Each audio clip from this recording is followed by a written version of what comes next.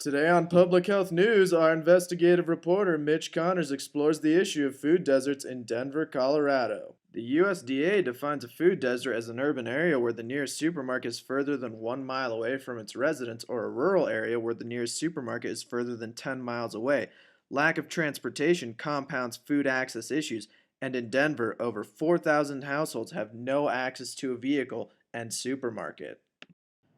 Policies incentivizing supermarkets to invest in low income areas, increase transportation, and community gardens are all solutions that have been implemented to address physical access to food and food deserts. However, addressing aspects of the built environment is not enough and must happen alongside culturally and socially relevant education.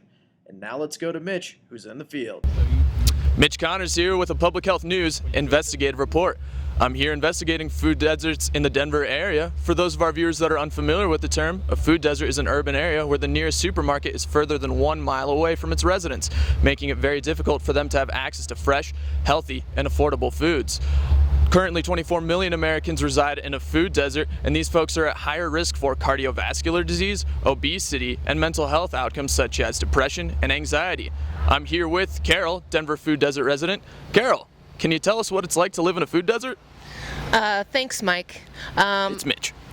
I'm sorry, I've got some occupational hearing loss and I just lost my job from that. So where do you typically purchase your groceries? You're looking at it, Mitch. It's right across the street. It's the 7-Eleven. Typically send my kids down there to get some taquitos and some Big Gulps, some cigs for me. But, I don't have a grocery store near my house. I make a mean French onion soup, but they don't have onions there. They only got Funyuns. When people live in an area that doesn't have access to a grocery store, often their only option is to shop at a corner store or fast food. These food options represent high energy dense foods with low nutritional value, which represents a cost-effective means for them to fill their stomachs, but at the expense of their own health. I'm here at the grand opening of a Whole Foods in a Denver food desert, and I'm looking to interview one of their new patrons. Hey sir, could I bug you for an interview? Yeah, what's up, bro? So, do you currently live here? Oh, no, I live down in Lohi, but I heard they just opened up a new Whole Foods here in what used to be a food desert, and I just got out of my sweet flow class and I took an Uber straight here, and I was like, oh, I gotta support the new Whole Foods. I haven't been to this one yet, and I wanted to support the community, like they didn't used to have access to food, and now they can come here and get all their power foods. They can get their kale, their kimchi, their goji berries, their acai berries. And I got all this for $70, man. It's gonna change their lives. They're gonna know what good food is now. It's great, and I wanted to be a part of that. Well, thank you so much for spending a minute with me. Yeah, thank you. So I'm still here outside of the grand opening of this new Whole Foods in this Denver food desert, looking to interview one more local resident about how shopping at Whole Foods has changed their life. And look, here comes one now. Excuse me, sir, can I bother you for an interview? Oh, hey, Mitch Connors. Yeah, man, how can I help you? So, I noticed that you're holding 7-Eleven bags. Why haven't you started shopping at the new Whole Foods? You know, I liked the idea of the Whole Foods when it first came into town, but, they don't have the food that I like. I just want a beer and a Hot Pocket and pretty much call it a night.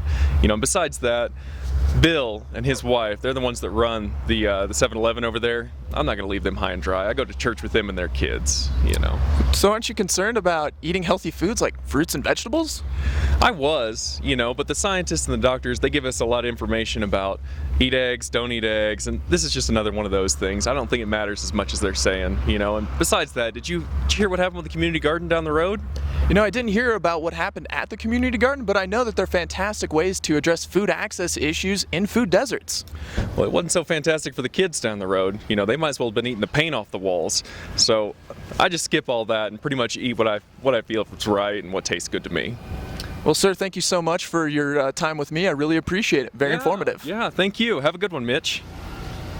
Clearly, this is a complex issue, and providing access to a high-end grocery store is not the only solution to address food insecurity in food deserts. Other issues need to be addressed, like health education around nutrition and behavior change for food desert residents to change their behaviors with regard to diet.